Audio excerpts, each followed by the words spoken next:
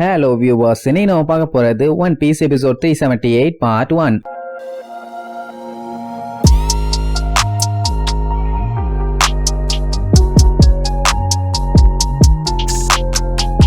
Open பண்ணா அந்த thriller பார்க்கோட கேட்டும் ஓபன் ஆகுது. உள்ளுக்குள்ள இருந்து ஹாக்பேக்கும் அப்சலமும் அங்க இருந்து தப்பிச்சு வர்றாங்க. ஆனா கப்பல் வர்றது கண்ணுக்கே தெரியல. ஏன்னா கப்பல் அப்சலம் கம்ப்ளீட்டா மறைச்சிட்டான். யாரு கண்ணுக்கும் தெரியாம எஸ்கேப் ஆகணும்னு. ஹெரோனாவை விட்டுட்டு வரோமே ஓகேவான்னு கேட்டா அவ எங்க இருக்கா என்னன்னே தெரியல. அப்புறம் எப்படி அவளை கூட்டிட்டு வர முடியும்? இதுக்கப்புறம் இவங்க அங்கேயே இருந்தாங்கன்னா கண்டிப்பா நம்ம உசுருக்கு தான் ஆபத்து. அதனால நம்ம முதல்ல தப்பிச்சா போதும். மேபி அவ தப்பிச்சிருக்க வாய்ப்பு இருக்குங்கிற மாதிரி பேசிட்டு வருவானுங்க. அப்படியே த்ரில்லர் பார்க்க விட்டு கொஞ்சம் தூரம் வெளியே வந்ததுக்கு அப்புறம் தான் கப்பலையே விசிபிள் பண்ணுவானுங்க. பார்த்தா இது சின்ன சைஸ் த்ரில்லர் கப்பல். அவனுக்கு ரெண்டு பேருக்குமே செம சந்தோஷம். ஒரு வழியா தப்பிச்சு வந்துட்டாங்கல்ல. இன்னும் கொஞ்ச நேரம் அங்க இருந்தாங்கன்னா போதும் சங்கு கன்ஃபார்ம். அந்த அப்சலம்க்கு என்ன ஒரு குழப்பம்னா எதுக்காக இந்த குமார் த்ரில்லர் பார்க்குக்கு வந்தான்னு. அப்புறம் தான் இன்னொரு விஷயத்தையே காட்டுறானுங்க. தப்பிச்சு வர்றது இவனு ரெண்டு பேரும் மட்டும் இல்ல, கூடவே அடிபட்டு கண்டமாயி கிடக்கிற கெக்கோ மொரியாவையும் தூக்கிட்டு தான் வந்திருப்பானுங்க. அப்பதான் ஹாக்பேக் சொல்லுவான், அந்த குமா வந்ததே குரோக்கோடைலுக்கு ரீப்ளேஸா அடுத்து யார மாத்திருக்காங்கன்னு சொல்றதுக்காக தான். அவன் பேரு பிளாக் பியர்ட். அவன் பெரிய பெரிய பஞ்சாயத்தெல்லாம் பண்ணிருக்கான்னு சொல்லி நியூஸ் பேப்பர்ல காட்டுவான். அப்பதான் மேட்ரே தெரியுது. ஏசுக்கும் பிளாக் பியர்டுக்கும் நடந்த சண்டையில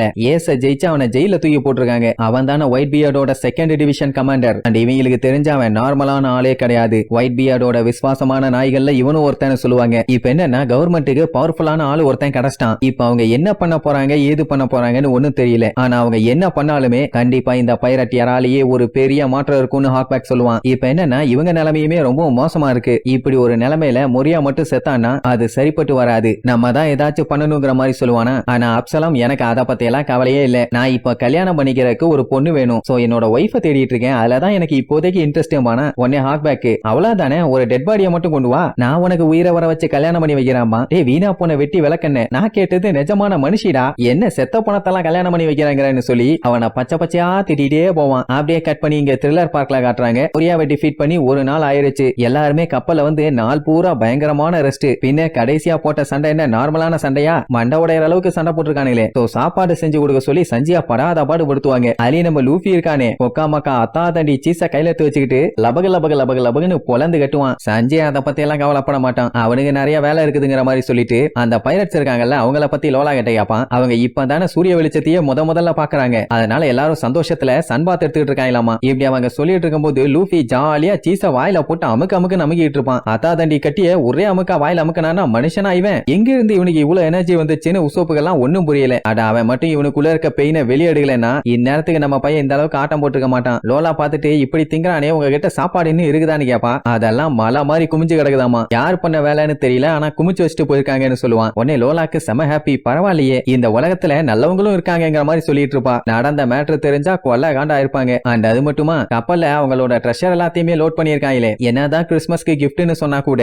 இது ரொம்ப ஓவராலா இருக்குது. இங்க நம்ம பையலுக்கு ஜாலியா நோண்டுன்னு நோண்டி விளையாண்டுட்டு இருப்பானுங்க. லூஃபி அதுல ஒரு ஜெம் பேண்ட் ஒன்னு எடுத்து கையில போடுவானா. உசோப்ப பார்த்துட்டு இப்படி ட்ரெஷர் எடுக்கிறியே, நமீக்கு மட்டும் தெரிஞ்சது இந்த ஜெம் ஸ்டோன் எடுத்ததுக்காக உன்னை பொலந்து கட்டிடுவான். என்ன நமி அப்படின்பா. பார்த்தா அவ அந்த ட்ரெஷருக்குள்ளதான் உட்காந்துக்கிட்டே இருப்பா. ஆனா அவ எதுவும் சொல்ல மாட்டா. என்ன மேட்டர்னா இவங்க வச்சிருந்த ட்ரெஷர்ல ஜெம் ஸ்டோனே இல்லையாமா. அதனாலதான் வச்சுக்கிட்டோன்னு சொல்லி விட்டுருக்கா. என்ன ஒரு வில்லத்தனம். இல்ல வேற லோலா பைரட்ஸுக்கு ஒரு பீஸ் கூட ட்ரெஷர் தர மாட்டாளாமா. லோலா கேட்டுட்டு கோவெல்லாம் பட மாட்டான். எங்களை காப்பாத்தினவங்க கிட்ட இருந்து நாங்க எதையுமே எடுத்துக்க மாட்டோம். நீங்க இவ்வளவு ஹெல்ப் பண்ணதே பெரிய விஷயம் தான் நமீசோ. அதனால கவலைப்படாதீங்க, நாங்க திருட மாட்டோம்னு சொல்லுவாளா. அந்த டைம் நம்ம உசோப்பு கத்திய வச்சு விளையாண்டுட்டு இருப்பான். என்ன இப்படி நெளிஞ்சு கிடக்குதுன்னு. அப்ப இந்த மேரேஜ் ப்ரொபோசல் லோலாக்கு நம்ம நமிய பார்க்கும்போது முதல் டைம் மீட் பண்ற மாதிரியே இல்ல, ஏதோ ஸ்டேஞ்சா இருக்குதுன்னு சொல்லிட்டு இருக்கும் போது நம்ம நமிக்கே ஸ்ட்ரைக் ஆகும். இந்த லோலா வேற யாரும் இல்ல, அப்சலமா போட்டு படாத பாடுபடுத்தினாலே மாமா பொண்ணு லோலா, அவ தான் இவ. அதாவது இவளோட ஷேடோ தான் அந்த லோலாக்கு போயிருக்குது. அந்த லோலா தான் இந்த லோலாயி. உடனே நமிக்கு சந்தோஷம் தாங்க முடியாம, நான் உன்னை மறுபடியும் பார்த்துட்டேன் லோலா, நீ நல்லா இருக்கீல, எனக்கு அதுவே போதுங்கிற மாதிரி சொல்லுவா. உசோப்பு பார்த்துட்டு அப்படின்னா அந்த சண்டையப்போ இடையில வந்துச்சு அந்த காட்டெருமை, அவதான் இவளாங்கிற மாதிரி கேப்பான். உடனே நமி என்ன பண்ணுவா, அவ வச்சிருந்த ட்ரெஷர்ல இருந்து ஒரு கிரீடத்தை எடுத்து அவ கையில கொடுத்து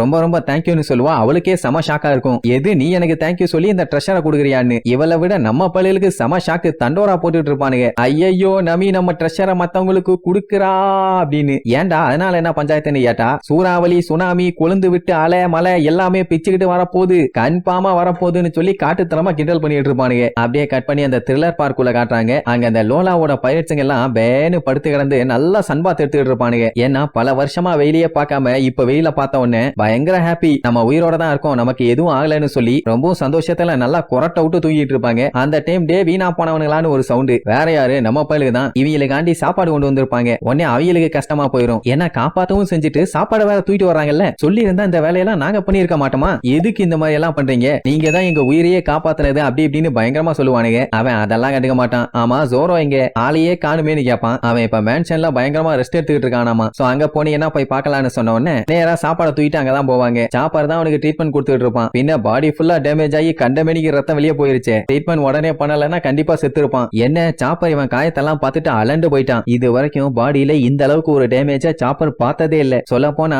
சாவோட விளிம்புக்கு போயிட்டு வந்துட்டான். ஏதோ பெரிய பஞ்சாயத்து நடந்திருக்கு, ஆனா என்னன்னு தான் தெரியல. பட் இன்னுமே ஜோரோ அன்கான்சியஸா தான் இருக்கான். ரோபினுமே ஒரே குழப்பத்துல தான் இருக்கா. ஏன்னா வந்தவன் இவங்க யாரையுமே எதுவுமே பண்ணாம அவன் பாட்டுக்கு இங்க இருந்து கிளம்பி போயிட்டான். ஜோரோக்கும் அவனுக்கும் சண்டை நடக்கும் போதுதான் எல்லாருமே மயக்கத்துல இருந்தாங்களே. அதனால என்ன நடந்துச்சுன்னு ஜோரோவே எந்திரிச்சு சொன்னா மட்டும்தான் தெரியும். அண்ட் இன்னொரு ஸ்டேஞ்சான விஷயம், லூஃபி சண்டை போட்டு பயங்கரமா காஞ்சி போய் அடி வாங்கி உடம்பெல்லாம் பஞ்சர் ஆகி போய் கிடந்தான். ஆனா சடனா அவனுக்கு எங்க இருந்து எனர்ஜி வந்துச்சுன்னு தெரியல. அப்படியே ஃப்ரெஷ்ஷா பழுத்த ஆப்பிள் மாதிரி பையன் நல்லா ஸ்ட்ராங்கா இருக்கான். அவனுக்கே அது என்ன ஏதுன்னு ஒண்ணும் முழுசா தெரியல. அப்ப இவனுக்கு ரெண்டு பேரும் இடையில பூந்து, நாங்க ஆரம்பத்துல இருந்து எண்டு வரைக்கும் எல்லாத்தையுமே பார்த்தோம், உங்களுக்கு டவுட் இருந்துச்சுன்னா சொல்லுங்க, நாங்க எல்லாத்தையுமே சொல்றோம் பானுங்க. அப்போ சஞ்சய் அவங்கள ஸ்டாப் பண்ணி வா வா வா வா வான்னு சொல்லி வெளியே எடுத்துட்டு போயிருவான். ஏன் என்னாச்சு, எதுக்காண்டி சடனா அவங்களை இழுத்துட்டு போறான்னு எல்லாம் முழிப்பாங்க. சஞ்சய் அவங்கள வெளியே எடுத்துட்டு போன உடனே அவனையுமே அவனுக்கு ரெண்டு பேரும் பாராட்டி தள்ளுவானுங்க. பின்ன ஜோரோவை காப்பாத்துறதுக்காக அவன் இடையில பூந்து அவன் உயிரியே தியாகம் பண்ண ரெடியானால நீ சூப்பர் பான்னு பாராட்டுவானுங்களா, அதெல்லாம் இப்ப ஒன்னும் தேவையில்லை. என்ன நடந்துச்சு ஏது நடந்துச்சுன்னு எனக்கு இப்ப தெளிவா சொல்லுங்க. ஏன்னா ஜோரோ இவனை அடிச்சு மயங்க வச்சதுக்கு அப்புறம் என்ன நடந்துச்சுன்னு யாருக்குமே தெரியலையே. சோ என்னாச்சுன்னு கேட்டோம்னா அவனுக்கு எல்லா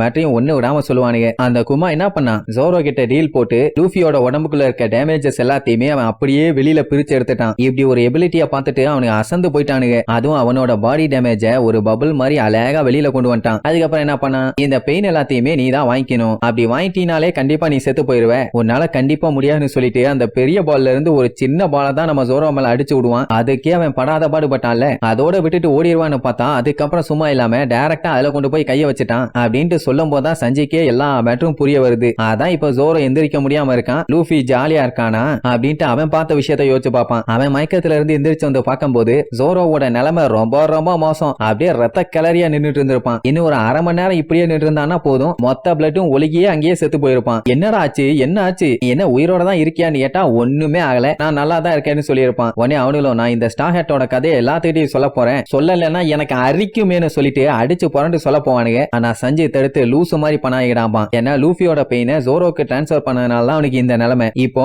லூஃபியோட பெயின் நான் ஃப்ரெண்டான ஜோரோவை இந்த அளவுக்கு அஃபெக்ட் பண்ணிருக்கேன்னு அவனுக்கு தெரிஞ்சதுன்னா அவன் என்ன சந்தோஷமா படுவான்.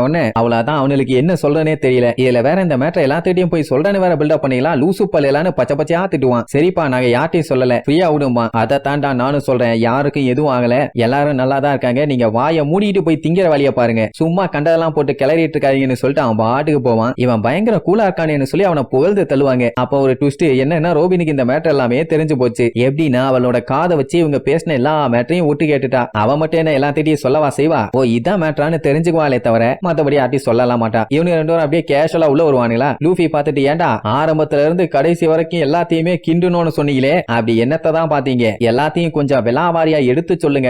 அப்படியே பேந்த முழிப்பானுங்க மேல கீழே சைலன்னு. என்னாச்சு இவனுக்கு பைத்தியம் கீத்தியம் பிடிச்சிருச்சான்னு கேட்டா அந்த கேள்வியை மட்டும் எங்க கிட்ட கேட்காதப்பா, எல்லாருமே நல்லா இருக்காங்கல்ல, அதோட நிறுத்திக்க, அதுக்கு மேல பேசுறதுக்கு ஒடுவே இல்ல, நாங்க போயிட்டு வரோம் பை பைன்னு சொல்லிட்டு அவனுக்கு பாட்டுக்கு போவானுங்க. ஆமா என்னாச்சு இவனுக்கு மண்டையில ஏதாச்சும் பாறாங்கல் விழுந்துருச்சான்னு முழிப்பான். அப்படியே கட் பண்ணா சாப்பாடு கொடுத்ததுக்கு நன்றின்னு சொல்லி கத்துற சவுண்ட் கேட்கும். அதுக்கு அடுத்த செகண்டே லபக லபக லபக லபகன்னு வெரைட்டியா சாப்பிடுவானுங்க. உயிரோட வந்தது ஒரு சொட்டு கூட வீணாகல, இந்த சாப்பாடை சாப்பிடறதுக்காகவே உயிரை உள்ளாம் போலன்னு சொல்லி சஞ்சிய புகழ்ந்துகிட்டே சாப்பிடுவாங்க. இதுல ப்ரூக்கோட தான் ரவுஸ். மறுபடியும் சஞ்சியோட சாப்பாடை சாப்பிடறதுக்கு அவனோட லிப்ஸ் எல்லாம் துடிக்குதாமா. ஆனா எனக்கு தான் லிப்ஸே இல்லையேன்னு சொல்லி கதறுவான். பிராங்கியால இவன் அட்டுவலியம் தாங்க முடியல, டேய் வாய மூடிட்டு தின்னேன்டா, ஏன்டா உசர வாங்குறேன்னு கதறுவான். ஆனா சுத்தி இருக்கிறவங்களுக்கு ப்ரூக் பேசுறது பண்றதெல்லாம் பார்க்கும்போது சிரிப்பா வரும். அவன் உட்கார்ந்து இருக்க ஸ்டைல பாத்தீங்களா, எங்க உட்கார்ந்து இருக்க மாதிரி இருக்குன்னு சொல்லி கீழே கரெக்டா கமெண்ட் பண்ணுங்க. ஆனா அதுக்கப்புறமும் அவன் வாய் அடங்கல, நான் இப்படியே 2 நாளைக்கு தின்னேன்னா கண்டிப்பா வெயிட் போட்டுருவேன்னு சொல்லிட்டு, ஐயோ நான் எப்படி வெயிட் போடுவேன், நான் தான் ஸ்கெலிட்டன் ஆச்சேம்மா. பிராங்கியால முடியல கதறுவான். ஆனா சுத்தி இருக்கவங்க எல்லாம் ஸ்கெலிட்டனு சூப்பரா பேசுறையான்னு சொல்லிட்டு கைய தட்டி தட்டி பயங்கரமா சிரிப்பானுங்க.